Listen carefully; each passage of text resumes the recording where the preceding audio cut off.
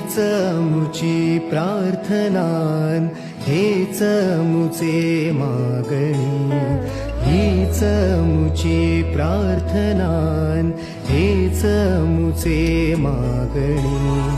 माणसाने माणसाशी माणसासम वागणे,